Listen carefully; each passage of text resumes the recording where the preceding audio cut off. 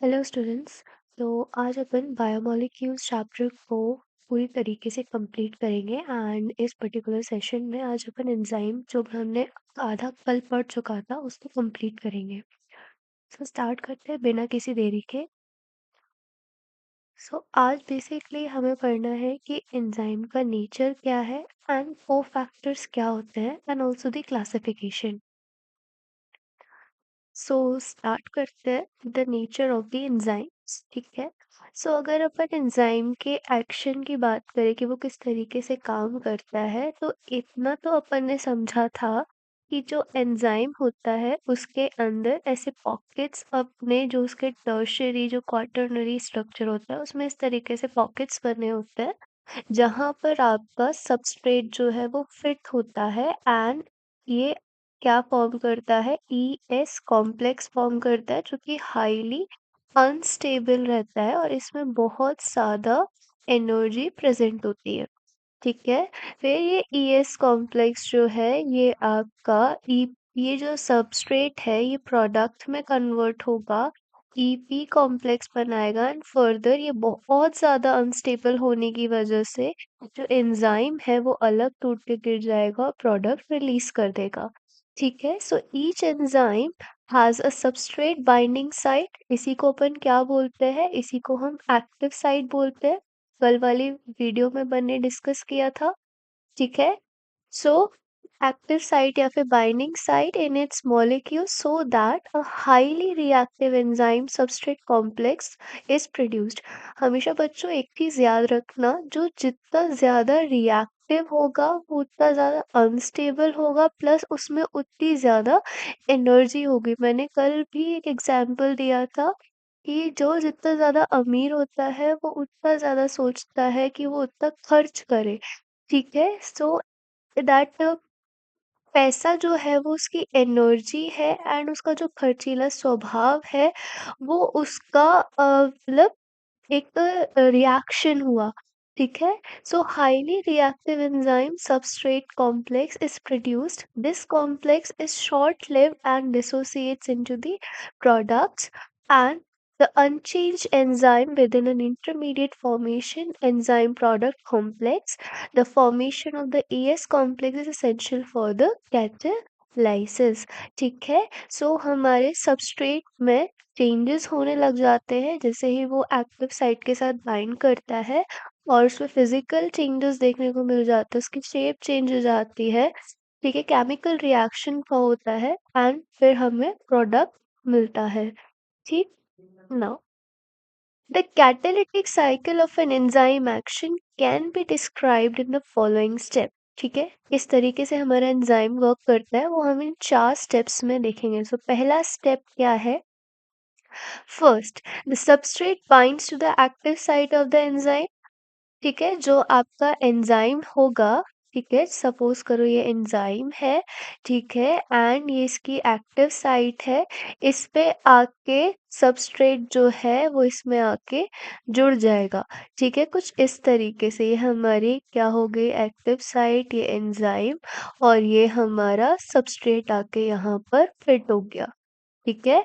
Fitting into the active site, पहली step complete, first step. Now second step की बात करें तो the binding of the substrate induces the enzyme to alter its shape, fitting more tightly around the substrate. अभी देखो थोड़ा loosely loosely सा लग रहा है, लूज लूज सा। सो अब क्या होगा, जैसे आगे आगे रिएक्शन प्रोसीड करेगी आपका ये जो एंजाइम है और जो सबस्ट्रेट के बीच में जो बॉन्डिंग है वो बहुत अच्छी हो जाएगी और ये एंजाइम जो है सबस्ट्रेट को बहुत कस के टाइटली होल्ड कर लेगा एंड जिसकी वजह से सबस्ट्रेट का जो शेप है वो चेंज हो जाएगा। ठीक है। So second step. Now third step की बात करें, the active site of the enzyme now in close proximity of the substrate breaks the chemical bond of the substrate and the new enzyme product is formed। तो अब enzyme क्या करेगा, इसको इतना इतना बॉन्ड बना देगा इसके साथ कि जो आपके सबस्ट्रेट का जो केमिकल बॉन्ड है जिसके थ्रू वो अपने मॉलिक्यूल से अपने एटम से बाइंड है वो टूट जाएगा, ठीक है? और उसका एक नया अपीयरेंस एंजाइम में मिलेगा अपन को, जिसको अपन क्या बोलेंगे, प्रोडक्ट, ठीक है? सो सपोज करो ये आपका प्रोडक्ट का फॉर्मेशन हो गया, ठीक है? ये होगी कौन सी, थर्ड स्टेप। ना फोर्थ स्टेप में क्या होगा, एंजाइम जो है वो प्रोडक्ट को रिलीज करेगा of the reaction and free enzyme is ready to bind to the another molecule. अब यहाँ पर जो प्रोडक्ट है इसमें नए बॉन्ड बने, ठीक है? नया ये जो फेज रहेगा ना, ये बहुत शॉर्ट टाइम के लिए रहेगा एंड हाल ही जो आपका एंजाइम है और जो प्रोडक्ट है वो अलग हो जाएगा, ठीक है?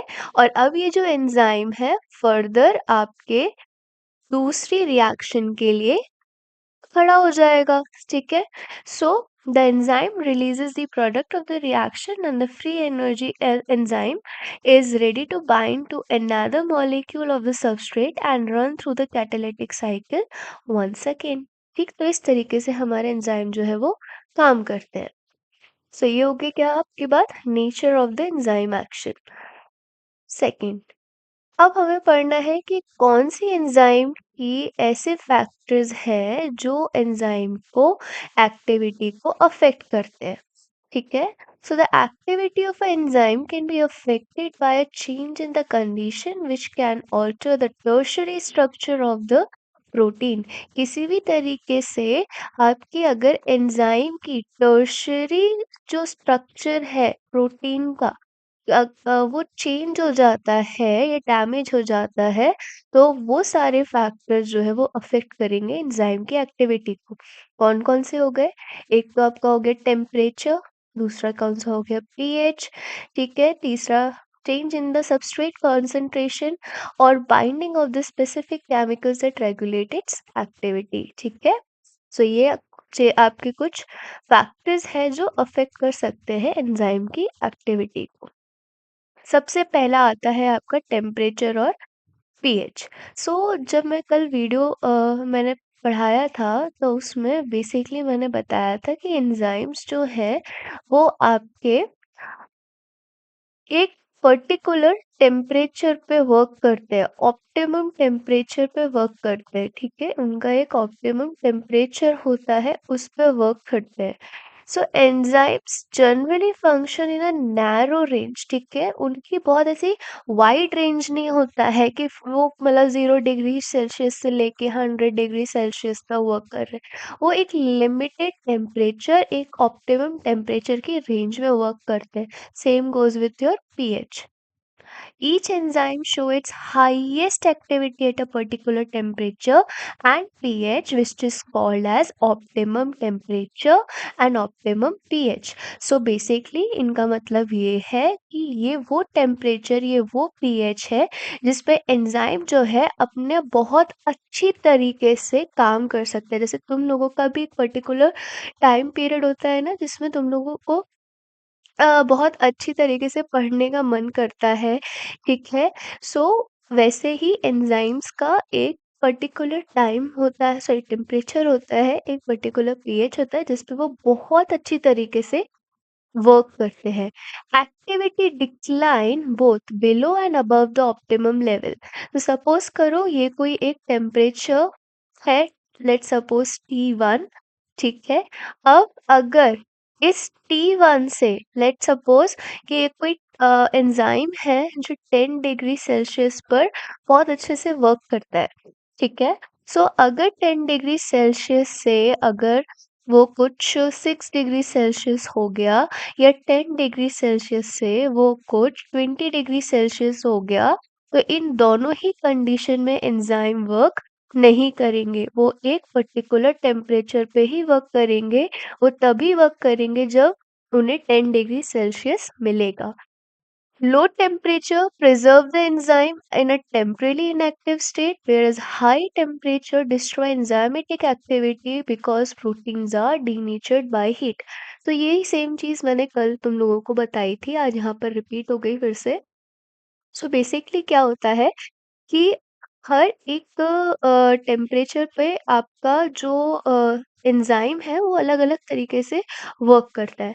जैसे कि अगर मैं बात करूँ इस एग्ज़ाम्पल की, तो 10 डिग्री सेल्सियस में ये जो एंजाइम है, पर्टिकुलर एंजाइम है, वो बहुत अच्छे से वर्क करेगा। लेकिन जैसे ही टेम्परेचर 6 डिग्री सेल्सियस तक गिर जाता है, तो उस कंडीशन में क्या होगा, जो आपका एंजाइम है वो प्रिज़र्व हो जाएगा, ठीक है? एंजाइम जो है वो प्रिज़र्व हो जाएगा, मरेगा नहीं। इस तरीके से समझो कि उस वो डिस्ट्रॉय नहीं होगा, ख़त्म नहीं होगा, ठीक है? वो प्रिज़र्व हो जाएगा। अब जैसे ही उसको टेम्परेचर 10 डिग्री सेल्सियस पे पहुँच जाएगा, वापस से एक्टिव हो जाएगा। ये यहाँ पर इनएक्टिव स्टेज में 6 डिग्री सेल्सियस पर पड़ा रहेगा। लेकिन जैसे ही 10 डिग्री सेल्सियस पे पहुँचेगा, ये वापस से एक्टिवेट हो जाएगा। लेकिन वहीं पे यही सेम एंजाइम अगर 20 डिग्री सेल्सियस पे चला गया, तो वहाँ पर ये एंजाइम जो है ख़त्म हो जाएगा, डेड हो जाएगा, डीनेचर्ड हो जाएगा, ठीक है? ख़त्म हो जाएगा। क्यों? क्योंकि प्रोटीन्स की जो बॉन्डिंग्स हैं, जो बॉन्ड्स बने हुए हैं, वो टूट जाएँगे, ठीक है? डिस्ट्रॉय हो जाएँगे, डीनेचर हो जाएगी प्रोटीन। तो ये कोई काम करने लायक ही नहीं रहेगा, ठीक है? इसको कैसे समझ सकते हो? कि हमारे पास एक सपोज़ करो, लेट्स सपोज़ बटर का एग्ज़ाम्पल लेते हैं, ठीक है? तो हम है ना क्या करते हैं, जब अच्छी मटर आती है तो हम उसे छील कर अच्छे से प्रिज़र्व करके फ्रिज में रख देते हैं, ताकि हम टाइम टू टाइम यूज़ करते रहें, ठीक है? सो हमने वो क्या किया, प्रिज़र्व कर दिया, लेकिन जब हमें ज़रूरत पड़ेगी तब हम उसे यूज़ कर सकते हैं। लेकिन अगर वही मटर तुम बहुत तेज़ गर्मी में बाहर रख दो, या फिर उनको जला दो, या उसको गर्माहट वाली जगह रख दो, तो वो प्रिज़र्व नहीं रहेगी, अब तुम उसे यूज़ नहीं कर पाओगे। बेसिकली कहने का मतलब ये है कि जब टेम्परेचर कम रहेगा, तब आप उस एंजाइम को उस पर्टिकुलर टेम्परेचर पे लाके यूज़ कर सकते हो। लेकिन अगर आपने उसी एंजाइम को ज़्यादा टेम्परेचर पे खड़ा कर दिया, तो वो नहीं कुछ काम करेगा, डीनेचर्ड हो जाएगा। ठीक है? आगे चलते हैं। सो ये तो हो गई आपकी बात टेम्परेचर और पीएच की। वहीं पे अगर अपन बात करें कंसंट्रेशन ऑफ द सबस्ट्रेट, एक और आपका फैक्टर है जो कि अफेक्ट करता है। सो with the increase in the substrate concentration, the velocity of the enzymatic reaction rise at first. The reaction ultimately reaches a maximum velocity which is not exceeded by any further rise in concentration of the substrate. This is because the enzyme molecules are fewer than the substrate molecule, and after the saturation of these molecules, there are no free enzyme molecule to bind with the additional substrate molecule. The activity of the enzyme is also sensitive to the presence of specific chemicals. रुक जाए वाला point. So, अब अगर आप यहाँ मेरे diagram की तरफ ध्यान दो, सो एक हमारे कंटेनर में, ठीक है, कुछ 10 एंजाइम्स हैं, ठीक है, कुछ 10 एंजाइम्स हैं टोटल, ठीक है, और एक हमारे कंटेनर में इन्हीं एंजाइम्स में फिट होने वाले जो सबस्ट्रेट है वो कितने हैं, 20, ठीक है। रुको, मैं इसके लिए एक पेज ही ऐड कर लेती हूँ, सो दैट तुम लोगों को क्लियर समझ में आए। जस्ट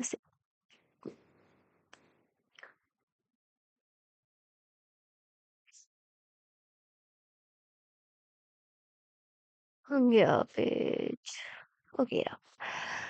सो अगर आप यहाँ देखो, ये हमारा एक कंटेनर है जिसमें कितने एंजाइम्स हैं, 10 एंजाइम्स है, ठीक है। आपके कुछ इस तरीके से बना देते हैं, एंड इसी तरीके से पूरे 10 एंजाइम्स हैं। एंड यहाँ पे अगर अपन सबस्ट्रेट की बात करें तो वो है आपके कुल 20, कितने, 20, एंड एंजाइम्स कितने। अब क्या होगा, स्टार्टिंग में जब हम सबस्ट्रेट को एंजाइम के डब्बे में डालेंगे या एंजाइम का डब्बे में हम सबस्ट्रेट डालेंगे, तो बेसिकली क्या होगा कि स्टार्टिंग में रिएक्शन जो है, जो रेट है, ठीक है, जो रिएक्शन की जो रेट है वो बहुत फास्ट होगी। इसको ऐसे समझो कि एक हॉल है, ठीक है, एक बड़ा सा हॉल है, और उसमें कुल 11 सीट्स है या 10 सीट्स है, पता नहीं 11 क्यों बोला, बट ठीक है, 10 सीट्स है, ठीक है, इस तरीके से। अब तुमको क्या करना है, तुम तुमको ऑर्डर मिले हैं, तुम लोग 20 लोग हो, तुमको ऑर्डर मिला है कि तुम्हें जाकर फटा और एक सीट पर सिर्फ एक ही व्यक्ति बैठेगा। तो वो ये है कि आपको जाना है फटाफट से और जल्दी से सारी सीट्स को ऑक्यूपाई कर लेना है अपने लिए। ठीक है? तो आप क्या करोगे, आप जल्दी से जल्दी कोशिश करोगे कि मुझे सबसे पहले सीट मिल जाए, ठीक है? सो पहले जो रेट रहेगा आप लोगों का रिएक्शन रेट जो रहेगा वो सबसे फ़ास्ट रहेगा। क्यों? क्योंकि आपके अंदर आप 20 लोगों के अंदर कॉम्पिटिशन होगा कि नहीं मुझे सबसे पहले जाके सीट्स फुलफिल करनी है, अपने पास अपने लिए एक सीट ऑक्यूपाई करके रखनी है। ठीक है? तो पहले तो आप बहुत स्पीड में रिएक्ट करोगे, आपकी जो रेट रहेगी वो इंक्रीज़ रहेगी। लेकिन जैसे ही सारी सीट्स जो है वो ऑक्यूपाई हो जाएँगी, ठीक है? अरे! जैसे ही सारी सीट्स जो है वो ऑक्यूपाई हो जाएँगी बारी-बारी से सारी सीट्स, तो अब क्या होगा? सीटें नहीं है, सीट खत्म हो गई, तो अब क्या होगा? आपके जो बचे हुए 10 हैं वो एज़ इट इज़ रह जाएँगे, ठीक है? और रिएक्शन ज धीरे-धीरे कम हो जाएगी। क्यों? क्योंकि आपके जो एंजाइम्स हैं, उनमें सबस्ट्रेट ऑलरेडी अब ऑक्यूपाई होते जा रहे हैं, ठीक है? सो धीरे-धीरे रेट जो है वो डिक्रीज़ होना चालू हो जाएगी, ठीक है? डिक्रीज़ होना चालू हो जाएगी। क्यों? क्योंकि एक टाइम ऐसा आया कि सारी की सारी सीट्स जो हैं, वो भर गई हैं। तो इस पर्टिकुलर स्टेज पे जहाँ पर सारी सीट्स जो हैं आप लोगों ने ऑक्यूपाई कर ली है, 10 लोगों ने 10 सीटें ऑक्यूपाई कर ली हैं, उसको बोलते हैं सैचुरेशन लेवल। क्या बोलते हैं? Saturation level is achieved. इस स्टेज को बोलते हैं कि अब जो सॉल्यूशन है, अब जो हॉल है वो सैचुरेट हो चुका है, ठीक है? Saturation level is achieved. अब यहाँ पर आपने पिक्चर देख ली, ठीक है? यहाँ जो भी सीन या मूवी चल रही थी वो आपने देख ली। अब क्या होगा आप खाली कर दोगे, ठीक है? क्योंकि अब आपका खत्म हो गया काम यहाँ पे, प्रोडक्ट बन के रिलीज़ हो गया, ठीक है? तो अब प्रोडक्ट बन के जब रिलीज़ हो जाएगा तो एंजाइम्स तो अपना शेप चेंज नहीं करते, एंजाइम्स तो वापस से ही अपने उसी फिगर में आ जाता है कि नहीं भाई अब मुझे नेक्स्ट रिएक्शन करनी है, तो अब बाकी के 10 लोग आएँगे। एंड इस तरीके से आपकी रिएक्शन जो है वो आगे बढ़ती जाएगी। अब बेसिकली क्या होता है कि अगर यहाँ पे क्या लिखा है with the increase in the substrate concentration the velocity of the enzymatic reaction first rises first. तो आई होप ये वाली चीज समझ में आ गई होगी। The reaction ultimately reaches a maximum velocity Vmax which is not exceeded by any further rise in concentration of the substrate. अब जैसे ही आपकी saturation लेवल बढ़ा दिया, saturation लेवल अचीव हो गया, अब आप इस 10 की बजाय आप यहाँ पे 30 लोग भी खड़े कर दो या 30 अमाउंट ऑफ कंसंट्रेशन भी बढ़ा दो saturation सॉरी सबस्ट्रेट की, यहाँ पर रेट इंक्रीज नहीं हो पाएगी। क्यों? क्योंकि आपके सारे एंजाइम्स जो हैं वो अब बिजी हो गए हैं प्रोडक्ट बनाने के लिए। आई होप ये समझ में आया होगा। ठीक है? So this is because enzyme molecules are fewer than the substrate molecule, and after the saturation of these molecules there are no free enzyme molecule to bind with the additional substrate molecule। ठीक समझ में आया होगा ये चीज। ठीक, ये 3 point. The activity of the enzyme is also sensitive to the presence of a specific chemical that binds to the enzyme. When the binding of the chemical shuts off enzyme activity, the process is called inhibition, and the chemical is called inhibitor। So basically इसको इस तरीके से समझ सकते हो, जैसे कोई VIP है, ठीक है? अब आप 20 लोग तो यही खड़े हो, ठीक है? आप 20 लोग तो यहीं खड़े हो, प्लस यहाँ पे एक कोई बहुत ही वेरी वेरी इंपॉर्टेंट पर्सन खड़ा हुआ है। तो उनमें से कोई एक जना जो है, जो कि है तो इंसान ही, सबस्ट्रेट जैसा ही दिखता है, ठीक है? आप लोगों के जैसा ही दिखता है। अब वो उसको क्या होगा कि आपके और इसके बीच में इस तरीके से होगा कि ये एक जाके किसी एक एंजाइम पर जाकर बैठ जाएगा या किसी एक सीट पे जाकर बैठ जाएगा, ठीक है? सो यहाँ पर क्या हुआ, ये जो वीवीआईपी है ये क्या है आपका, एक कोई केमिकल है, ठीक है? अब इस केमिकल की वजह से या तो इस पूरे हॉल में इस तरीके का माहौल हो जाएगा कि ये पूरी मूवी वूवी सब बंद हो जाएगी, ठीक है? या इस केमिकल की वजह से, इस वीआईपी की वजह से आपका हॉल जो है बहुत अच्छी तरीके से मैनेजमेंट के थ्रू चलता रहेगा, ठीक है? तो अगर उस हॉल में मूवी बंद हो रही है, so that is your inhibitor, ठीक है? क्या है वो? इन्हिबिटर। वहीं पे अगर उस हॉल में मूवी अच्छे से चल रही है, सारे काम सिस्टमैटिकली हो रहे हैं, सो आप उसको बोलोगे कि ये इन्हांस कर रहा है, ठीक है? सो the activity of the enzyme is also sensitive to the presence of a specific chemical that binds to the enzyme. When the binding of the chemical shuts off the enzyme activity, the process is called inhibition and the chemical is called inhibitor. जो reaction को बंद करेगा उसे हम बोलेंगे inhibitor और उस process को बोलेंगे इनहिबिशन। ठीक, आई होप ये समझ में आ गया होगा। When the inhibitor closely resembles the substrate in its molecular structure and inhibits the activity of the enzyme, it is known as competitive inhibitor. अब क्या होता है कि जैसे कि ये हमारा एंजाइम है, ठीक है?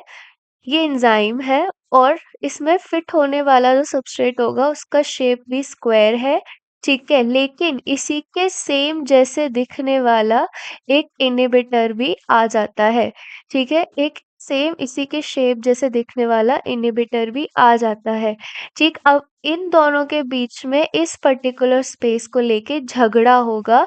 ये पहले बोलेगा कि मैं जाके यहाँ बैठूँगा और ये भी इसी चीज़ के लिए कॉम्पिटिशन करेगा क्योंकि इन दोनों का ही साइज़ और शेप दोनों का ही सेम रहता है। इसीलिए हम इसे बोलते हैं कॉम्पिटिटिव इनहिबिटर, ठीक है? Due to the close structural similarity with the substrate, the inhibitor competes with the substrate for the substrate binding site of the enzyme. I hope ये चीज़ समझ में आ गई होगी। Consequently, the substrate cannot bind. As a result, the enzyme action declines. अब किसी भी कारणवश कि इनहिबिटर जो है वो एंजाइम से बाइंड कर लेता है एंड जैसे ही ये इनहिबिटर एंजाइम से बाइंड करेगा ये सबस्ट्रेट को प्रोडक्ट में बदलने नहीं देगा और आपके जो प्रोडक्ट है वो नहीं बन पाएगा। सो एग्जाम्पल यहाँ पे बहुत इम्पोर्टेंट है, ये वाला पूछा जा चुका है कि inhibition of the succinic dehydrogenase by malonate which closely resembles the substrate succinate in the structure. So आपके सक्सिनेट सक्सिनिक डिहाइड्रोजनेज क्या है? एंजाइम है। ये किससे इनहिबिट हो जाता है? मेलोनेट से। सो यहाँ मेलोनेट क्या है? Malonate is your inhibitor.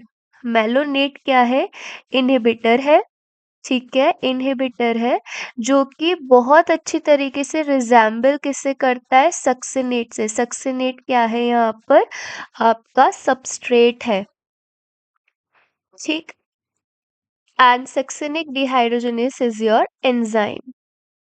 I hope ये चीज़ समझ में आ गई होगी। एग्जाम्पल बहुत ही ज़्यादा इंपॉर्टेंट है, मार्क कर लेना, पूछा जा चुका है ये। Such competitive inhibitors are often use in controls of the bacterial pathogens. तो यही आपकी बैक्टीरियल पैथोजेंस में बैक्टीरिया क्या होता है बेसिकली, उसके अंदर भी एंजाइम्स प्रेजेंट होते हैं जो कि आपके रिएक्शन को इन्हांस करते हैं। अब हम नहीं चाहते कि हमारे अंदर बैक्टीरियल ग्रोथ हो, उनका रिएक्शन हमारे अंदर हो, तो हम चाहते हैं कि उनका रिएक्शन सप्रेस हो जाए। इसीलिए यही कॉम्पिटिटिव इनहिबिटर्स की मदद से हम बैक्टीरियल पैथोजेंस को किल करते हैं, ठीक है? नाउ अब आता है हमारा classification and nomenclature of the enzyme. So thousands of the enzymes have been discovered, isolated and studied. Most of these enzymes have been classified into different groups based on the type of reaction they catalyze. Enzymes are divided into 6 classes, each with 4 to 13 subclasses and named according by 4 digit number. ठीक है, 4 digit number से हम आपके enzyme को नामकरण करते हैं। सो पहला आपका क्लासिफिकेशन आता है, पहला क्लास आता है oxide oxide sorry oxido reductase रिडक्टेजेस।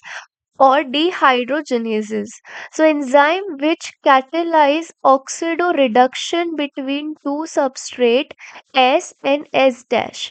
ठीक है, सो बेसिकली क्या होता है, ये वो एंजाइम है जो कि आपस में रिडक्शन करवा देता है। मतलब जैसे कि अगर हमारा सपोज़ ये S जो है वो रिड्यूस्ड फॉर्म में हमने लिया है और S डैश जो है वो हमने ऑक्सिडाइज़्ड फॉर्म में लिया है, तो ये ऑक्सीडो रिडक्टेज़ या डिहाइड्रोजनेज़ेस क्या करेगा, ये जो आपका सिंपल S था इसको ऑक्सिडाइज़ कर देगा और जो S डैश है उसको रिड्यूस कर देगा। आई होप ये चीज़ समझ में आ गई होगी। नाउ सेकंड क्लास आती है आपकी ट्रांसफरेजेस। नाम से समझ में आ रहा है something has to be transfer through this enzyme. So enzyme catalysing a transfer of a group, ठीक है, other than the hydrogen. Hydrogen के अलावा कोई भी ग्रुप प्रेजेंट होगा उसको ट्रांसफर करने का काम करता है। अगेन एग्जाम्पल, यहाँ पे सिंपल एस के साथ आपका जी बाइंड है और हमने कोई एक एस डैश लिया है, सबस्ट्रेट लिया है। अब यहाँ पे हमने ट्रांसफरेज का यूज किया, तो अब क्या होगा, ये जो एस डैश के साथ जो जी था वो अब सॉरी एस के साथ जो जी था अब वो एस डैश के साथ ट्रांसफर हो जाएगा। ठीक है, सो ये ट्रांसफरेजेस का काम है सेकेंड क्लास का। Now third, hydrolases. अब hydrolases something has to be done with the water और ester bond. So, enzyme catalyzing hydrolysis of the ester, ether, peptide, glycosidic, CC bond, C halide और PN bond. So basically आपका यहाँ पर water का addition होना है hydrolases में, ठीक है। ये ईस्टर का, ईथर का, पेप्टाइड बॉन्ड, ग्लाइकोसिडिक बॉन्ड, दो कार्बन के बीच में बॉन्ड या सी या हेलाइड के बीच में बॉन्ड, इन सब के बीच में आपका ये बॉन्ड टूटेगा और इनमें बेसिकली वाटर का एडिशन होगा। सो ये हो गया आपका तीसरा, हाइड्रोलाइसिस। नाउ चौथा है आपका, फोर्थ इज योर लाइएजेस।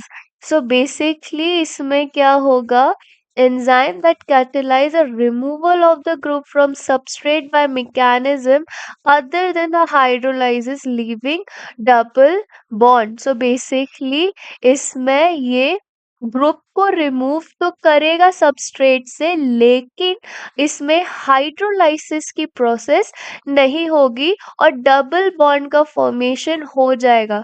सो तुम लोग कुछ रिएक्शंस देखते हो ना ऑर्गेनिक कंपाउंड में, जिसमें कुछ इस तरीके से ये हमारा अल्कोहल लगा हुआ है, यहाँ पर हाइड्रोजन, यहाँ हाइड्रोजन, यहाँ हाइड्रोजन, आई गेस यहाँ पे नहीं नहीं, यहाँ पर भी आपका हाइड्रोजन है, दिस इज ऑल्सो हाइड्रोजन। सो एक कोई रिएक्शन आती है, मेरे को नाम तो याद नहीं आ रहा, बट उसमें वाटर का रिमूवल हो जाता है, ठीक है, और क्या होता है आपके डबल बॉन्ड का फॉर्मेशन हो जाता है, ठीक है। सो इस तरीके से आपके ग्रुप का रिमूवल तो हो रहा है बट हाइड्रोलिसिस के बिना, डबल बॉन्ड के साथ। नाउ चौथा हो गया आपका ये। Now fifth is your isomerases. So isomers का फॉर्मेशन कराता है, ठीक है, फ्रक्टोज से ग्लूकोज, ग्लूकोज से फ्रक्टोज, ये आपको देखने को मिलेगा जब आप ग्लाइकोलाइसिस रिएक्शन पढ़ोगे। So include all the enzyme catalysing interconversion of the optical, geometrical और द पोजिशनल आइसोमर्स, ठीक है। Now sixth is your ligases. So basically ligases का मतलब ही दो कंपाउंड्स या दो सबस्ट्रेट को लिंक करने से है, ठीक है। सो वो एंजाइम जो कि लिंक करने का काम करते हैं दो कंपाउंड को, उनको बोलते हैं ligases. Enzymes which catalyses joining carbon oxygen bond, carbon sulphur bond, carbon nitrogen bond, phosphorus और oxygen bond. Okay, now this is the important part of the whole enzyme, from the whole enzyme portion, ठीक है। So basically cofactors क्या होते हैं ये हमें यहाँ पर देखना है। So enzymes are composed of one of the several polypeptide chain. हमें इतना तो पता है कि आपके एंजाइम्स किससे बने हैं, एंजाइम्स बने हैं आपके प्रोटीन से, एंड प्रोटीन किससे बनी हुई होती है, मल्टीपल पेप्टाइड बॉन्ड से बनी हुई होती है। ठीक है। However, there are number of cases in which non-protein constituents called cofactors are bound to the enzyme to make the enzyme catalytically active. So basically cofactors क्या है, को ये पूछा जा चुका है। cofactors आपके नॉन प्रोटीनेशियस पार्ट होते हैं एंजाइम के, नॉन प्रोटीनेशियस पार्ट होते हैं एंजाइम के। ये कोफैक्टर्स एंजाइम के साथ बाइंड करके उनको और अच्छी तरीके से वर्क करने में हेल्प करता है। ठीक है। In these instances the protein portion of the enzyme is called apoenzyme and three kinds of the cofactor may be identified, that is the prosthetic group, coenzyme and metal ion. So basically जब cofactor जब cofactor और enzyme साथ में जुड़े होते हैं, ये पूछा जा चुका है, ये लिख लेना। तो यहाँ पर आपके जो प्रोटीन पोर्शन है एंजाइम, ठीक है, उसको हम क्या बोलते हैं, apoenzyme. Apoenzyme and this will make your enzyme. तो थोड़ा सा कंफ्यूजन हो गया होगा तो मैं यहाँ क्लियर कर देती हूँ। ये जो पार्ट है ना, अभी जो लिखने वाली हूँ वो लिख लेना अपनी एनसीईआरटी में कि cofactor cofactor plus your apoenzyme, ठीक है, एपोएंजाइम इज योर एंजाइम। ठीक है। और यहाँ एपोएंजाइम वाला पार्ट क्या है, ये प्रोटीन पार्ट है एंजाइम का और ये नॉन प्रोटीन पार्ट है एंजाइम का। ठीक है, ये चीज लिख लेना क्योंकि ये पूछी जा चुकी है, उल्टा सीधा करके हर तरीके से पूछ लेते हैं। तो इस क्वेश्चन को मार्क कर लेना। ठीक है। नाउ कोफैक्टर्स आपके फर्दर 3 टाइप के हो सकते हैं। एक आपका प्रोस्थेटिक ग्रुप हो सकता है, कोएंजाइम्स हो सकते हैं और मेटल आयंस हो सकते हैं। ओके, सो ये पोर्शन दोबारा रिपीट हो गया। प्रोस्थेटिक ग्रुप्स क्या होता है? So prosthetic group are the organic compound and are distinguish from the cofactors in that they tightly bond to the apoenzyme. Mind it, prosthetic group पहली बात कैसे है, ऑर्गेनिक कंपाउंड्स है, प्रोटीनेशियस नहीं है पर ऑर्गेनिक कंपाउंड है और ये आपके एपोएंजाइम से बहुत टाइटली बॉन्ड करते हैं। ठीक है, बहुत कस के एपोएंजाइम को पकड़ के रखते हैं। एग्जाम्पल याद रखना, इन per oxidase and catalase which catalyzes the breakdown of the hydrogen peroxide to water and oxygen. Heme is the prosthetic group and it is the part of the active site of the enzyme. ठीक है, सो ये वाला जो example है आपने याद रखना है कि जो पर ऑक्सीडेज कैटेलेज वाला जो रिएक्शन होता है जिसमें बेसिकली ये क्या होता है, हाइड्रोजन पर ऑक्साइड जो है वो वाटर और ऑक्सीजन में टूटता है। तो उस पर्टिकुलर पर ऑक्सीडेज में आपके जो हीम वाला पार्ट है वो प्रोस्थेटिक ग्रुप है। ठीक है, ये याद रखना है। And prosthetic group organic compounds होते हैं और ये टाइटली बॉन्ड करते हैं एपो एंजाइम से। ये इसलिए स्ट्रेस डाल रही हूँ क्योंकि पूछा जा चुका है ये वाला question. Now coenzymes are also an organic compound। ये भी coenzymes कैसे हैं, organic compounds ही है, but their association with the enzyme apoenzyme is only transient। कुछ ही टाइम के लिए रहता है, जैसे कि प्रोस्थेटिक ग्रुप बहुत टाइटली एसोसिएटेड रहता है एपोएंजाइम के साथ, कोएंजाइम नहीं रहते। कोएंजाइम ट्रांजिएंट उनका रहता है, usually occurring during the course of the catalysis. Furthermore coenzymes serve as a cofactor in number of different enzyme catalyzed reaction। बहुत सारी reactions में आपको coenzyme as a cofactor देखने को मिल जाएंगे। The essential chemical compounds of many coenzymes are vitamins। ठीक है, सो ज्यादातर कैसे होते हैं, आपके vitamins ही होते हैं। coenzyme nicotinamide adenine dinucleotide NAD and NADP contain vitamin niacin। ठीक है, आपके जो विटामिन नियासिन है वो कंटेन करती है। तो यहाँ पर एक चीज देखने वाली बात ये हो गई कि आपके कोएंजाइम जो है वो क्या है, वो आपके ऑर्गेनिक कंपाउंड्स है। ठीक है, एंड दूसरी चीज क्या हो गई, ये एपोएंजाइम के साथ बहुत टाइटली बाउंड नहीं करते। कैसे बाउंड करते? ट्रांजिएंटली, मतलब हार्ट टूट जाएंगे। एग्जाम्पल आपको याद रखना है कि जो निकोटिनामाइड एडेनाइन डाइन्यूक्लियोटाइड है, उसमें कोएंजाइम कौन है? Vitamin niacin. नियासिन क्या है? Pure vitamin D3। ठीक है, सॉरी B3। ठीक है। Now A number of enzyme require a metal ion। Now ये तीसरा पार्ट हो गया। एक हमने प्रोस्थेटिक पढ़ा, कोएंजाइम पढ़ा, अब हम मेटल आयन के बारे में पढ़ेंगे।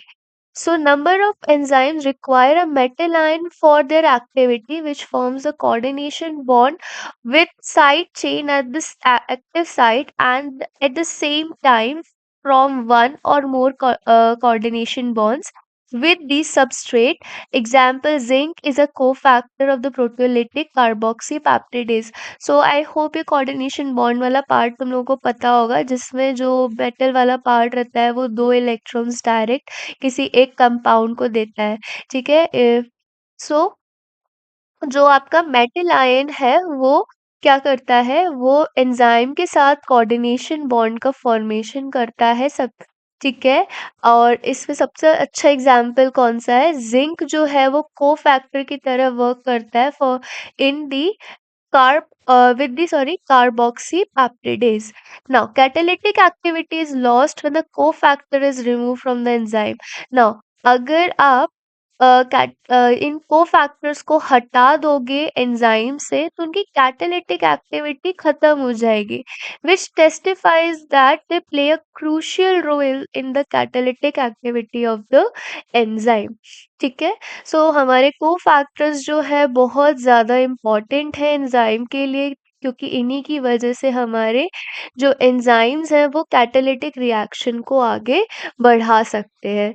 So this complete your whole biomolecule chapter and your enzyme portion। So basically अब हम आगे सेल वाला जो पार्ट है उसको कंप्लीट करेंगे, ताकि ये वाली जो यूनिट है वो कंप्लीट हो जाए।